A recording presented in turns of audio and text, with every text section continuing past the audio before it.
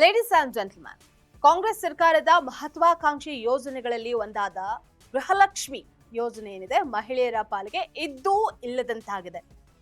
ಗೃಹಲಕ್ಷ್ಮಿ ಯೋಜನೆಯ ಹಣದಲ್ಲೇ ಬದುಕಿರುವಂತಹ ಬಡಪಾಯಿ ಮಹಿಳೆಯರಿಗೆ ಸರ್ಕಾರ ಶಾಕ್ ಕೊಟ್ಟಿದೆ.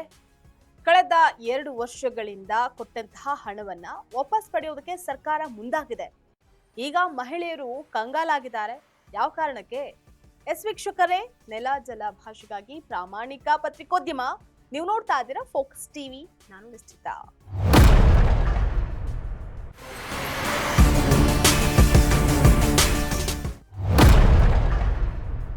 ಗೃಹಲಕ್ಷ್ಮಿ ಯೋಜನೆಯ ಹಣ ಬಿಡುಗಡೆ ವಿಳಂಬ ಸೇರಿದಂತೆ ತಾಂತ್ರಿಕ ಸಮಸ್ಯೆಗಳಿಂದ ಸದಾ ಚರ್ಚೆಗೆ ಬರ್ತಾ ಇರುವಂತಹ ಯೋಜನೆ ಅಂತಂದ್ರೆ ಅದು ಗೃಹಲಕ್ಷ್ಮಿ.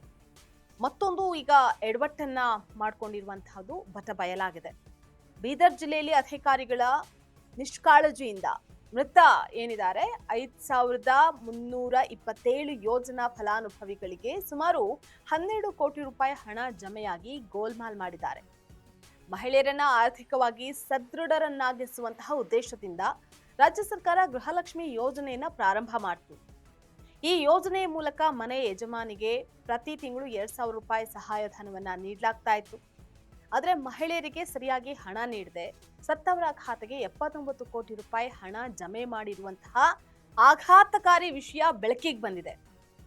ಹಾಗಾಗಿ ಇದೀಗ ಸರ್ಕಾರ ಈ ಹಣವನ್ನ ವಾಪಸ್ ಪಡೆಯೋದಕ್ಕೆ ಚಿಂತನೆಯನ್ನ ನಡೆಸಿದೆ. ಗೃಹಲಕ್ಷ್ಮಿ ಯೋಜನೆಗೆ ನೋಂದಣಿ ಮಾಡಿಕೊಂಡಿದ್ದಂತಹ 5000ಕ್ಕೂ ಅಧಿಕ ಅಕೌಂಟ್ಗಳು ಮರಣವನ್ನ ಹೊಂದಿರೋದಾಗಿದ್ದು, ಈ ಖಾತೆಗಳಿಗೆ ಕೋಟಿ ಹಣ ಹಾಕಿ ಗೋಲ್ಮಾಲ್ ಮಾಡಲಾಗಿದೆ ಅಂತ ಆರೋಪ ಮಾಡಲಾಗಿದೆ. ಮೃತ ಫಲಾನುಭವಿಗಳ ಖಾತೆಗೂ ಗೃಹಲಕ್ಷ್ಮಿ ಹಣ ಸಂದಾಯ ಆಗ್ತಾ ಇರುವುದು ಬಹಿರಂಗ ಆಗ್ತಾ ಇದ್ದಂತೆ ಸರ್ಕಾರ ಎಚ್ಚೆತ್ತುಕೊಂಡಿದೆ. ಹಣವನ್ನ ವಾಪಸ್ ಪಡೆಯುವಂತಹ ಕ್ರಮಕ್ಕೆ ಮುಂದಾಗಿದೆ. ಇದೇ ಹಿನ್ನೆಲೆಯಲ್ಲಿ ಅಂಗನವಾಡಿ ಕಾರ್ಯಕರ್ತೆಯರಿಂದ ಮೃತರ ಮಾಹಿತಿಯನ್ನು ಪಡೆದುಕೊಂಡು ಸೇವಾ ಸಿಂಧು ಪೋರ್ಟಲ್ನಲ್ಲಿ ನಮೂದು ಮಾಡುವಂತೆ ಸೂಚಿಸಲಾಗಿದೆ. ಅಲ್ಲದೆ ಯಾರು ತಪ್ಪು ಮಾಡಿದಾರೋ ಅವ್ರ ಮೇಲೆ ಸೂಕ್ತ ಕ್ರಮವನ್ನ ಕೈಗೊಳ್ಳುವುದಕ್ಕೆ ಸರ್ಕಾರ ಮುಂದಾಗಿದೆ.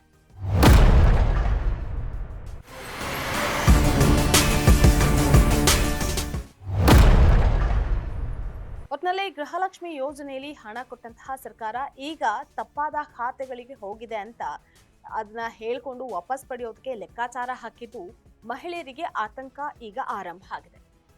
ಇದಾಗಿತ್ತು ಇವತ್ತಿನ ಫೋಕಸ್ ಸ್ಪೆಷಲ್ ಸ್ಟೋರಿ. ನೆಲ ಜಲ ಭಾಷೆಗಾಗಿ ನೋಡ್ತಾರೆ ಫೋಕಸ್ ಟಿವಿ.